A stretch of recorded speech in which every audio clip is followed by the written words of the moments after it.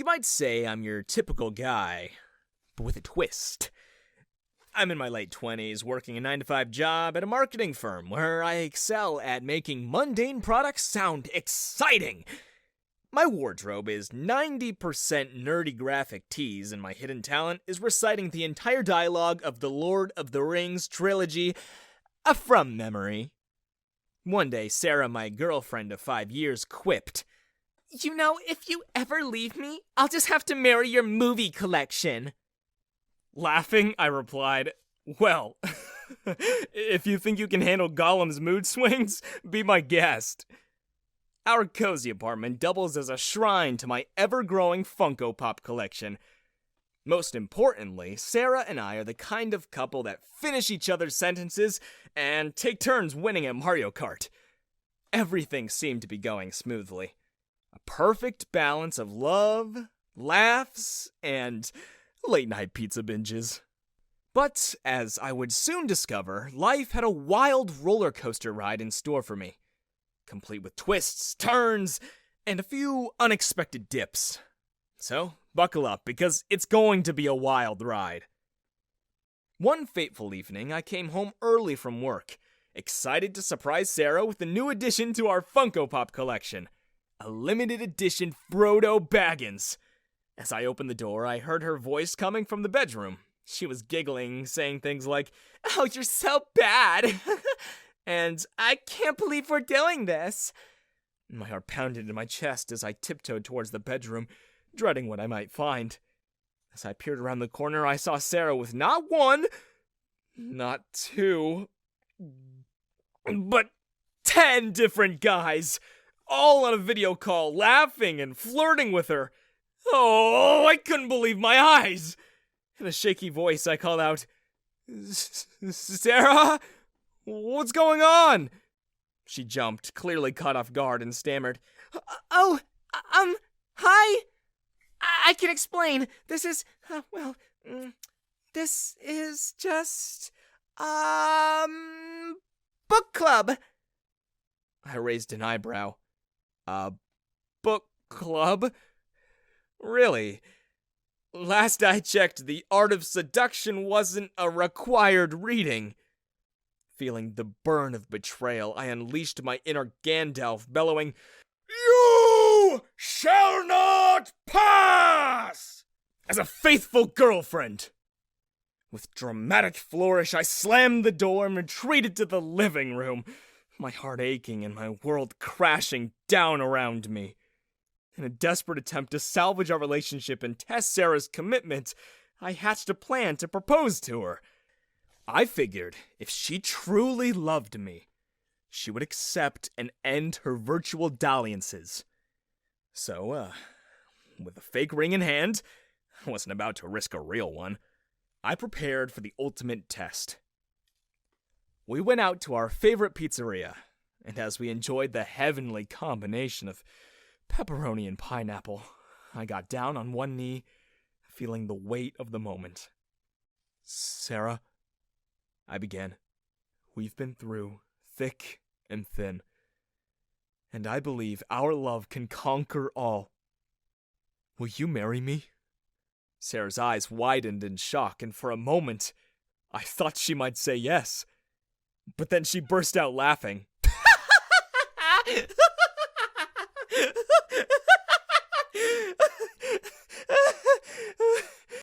"Are you serious?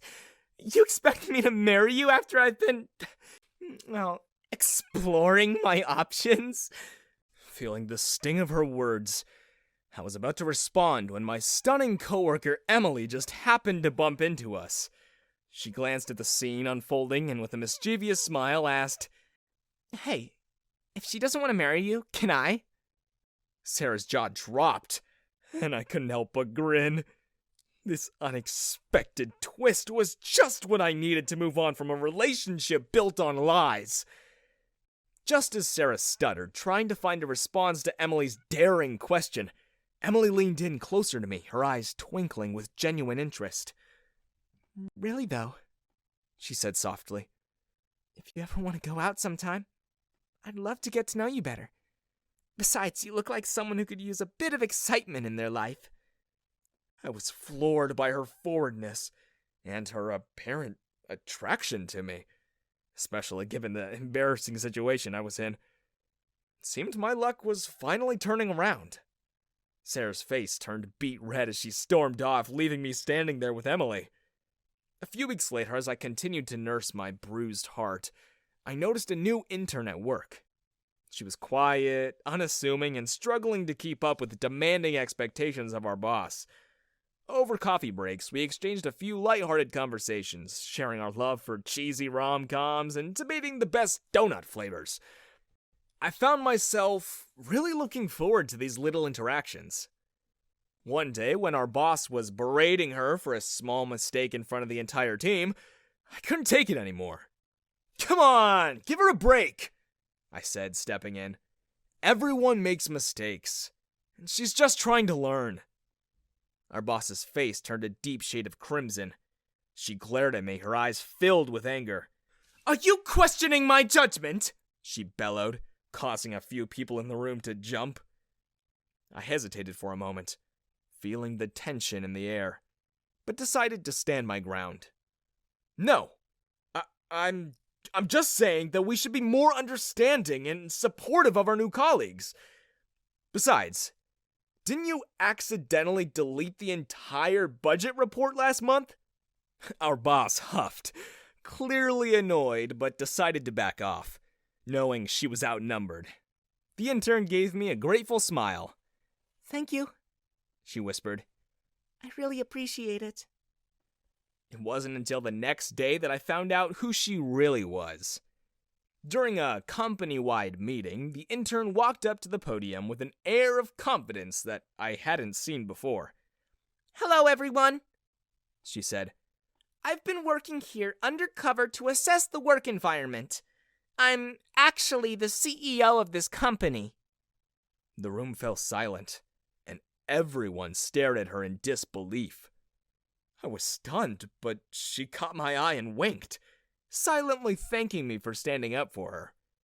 Seemed my life was becoming a series of unexpected twists, and I was more than ready to embrace them. The boss who had berated the intern suddenly looked extremely sheepish, and I couldn't help but feel a little bit of satisfaction in seeing her squirm. As the CEO intern finished her speech, she turned her attention to me. "I would also like to personally thank someone who stood up for me when they thought I was just an intern. Their integrity and kindness truly demonstrates the qualities we value in our company." She gestured for me to join her at the podium. My face flushed with embarrassment, but I couldn't help but feel a sense of pride. I walked up to the stage and took a deep breath, trying to come up with a speech that was as witty and epic as the situation demanded. "Ladies and gentlemen," I began. Sometimes life throws you curveballs.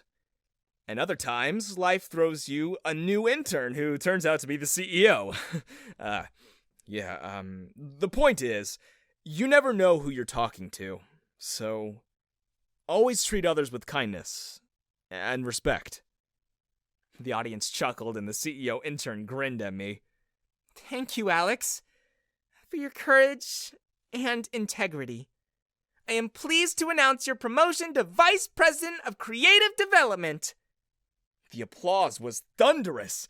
I couldn't help but feel a mix of excitement and apprehension as I stepped down from the stage. I caught a glimpse of my former boss, a stunning woman with a sultry smile, staring at me intently. I couldn't shake the feeling that she had some hidden agenda. A few days later, I was rushing to a meeting when I accidentally spilled coffee on my former boss's pristine white blouse. I stammered out an apology, but she just laughed it off. "Don't worry, Alex. It's just a shirt," she said, wiping the coffee off. We started chatting, and she seemed more relaxed and open than ever before. As we parted ways, she said, "You know, there's something really refreshing about you. You're authentic and unpretentious, and I find that incredibly attractive." A few days later, she approached me again, this time with a bold proposal. I know this might seem sudden, but I can't help but feel a connection between us, she said. What do you say? Would you like to go out on a date and see where this takes us? In that moment, I realized that my life had changed in the most unexpected ways, and I was excited to embrace the possibilities that lay ahead. But I couldn't help but wonder if my former boss had ulterior motives for pursuing me. With a mix of excitement and caution, I replied, "Why not? Let's see where this adventure leads us." The balancing act between my newfound romantic interests and professional life felt like walking a tightrope. Every day brought new challenges, from awkward encounters with my ex-girlfriend to navigating the subtle power dynamics between me and my potential love interests. One day, I bumped into my ex-girlfriend in the office break room. She seemed desperate to win me back, but I was having none of it. Come on! Don't you miss our late-night Netflix binges? She pleaded. I couldn't help but laugh.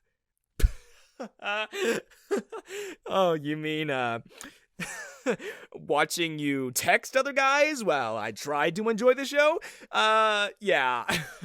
And no thanks. As I focused on my self-worth and personal growth, I realized I had outgrown my cheating ex and needed to leave her behind for good. I cut ties with her, knowing that I deserved better. With that chapter of my life closed, I found myself at a crossroads. I could either pursue a relationship with my coworker or explore the unexpected connection with my former boss. Both options had their appeal, but I knew I had to follow my heart. During lunch with my coworker, we shared stories and laughs, and I could feel a genuine connection.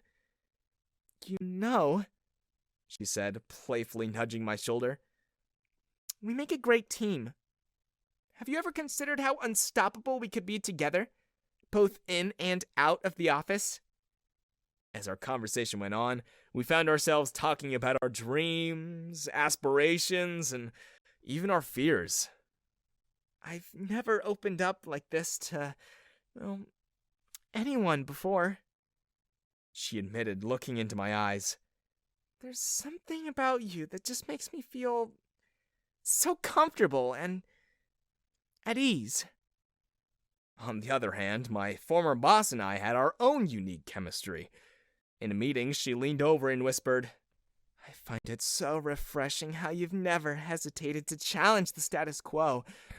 It's rare to find someone as authentic and unpretentious as you. During one late-night brainstorming session, we found ourselves getting lost in conversation about our shared love of travel, music, and the importance of pursuing our passions. You know, she said with a smile, I never thought I'd meet someone who shares my love for jazz and adventure. It's a rare combination. The decision weighed heavily on me, and I found myself pacing in my new office late one night, grappling with the choice before me. After much reflection, I chose the path that felt most fulfilling and genuine to me. I approached my chosen love interest the next day, palms sweaty, but determined. I've given it a lot of thought, I said, my heart pounding in my chest. And I think there's something really special between us. Would you like to go on a date and see where this adventure leads us? Can you guess who I picked and why?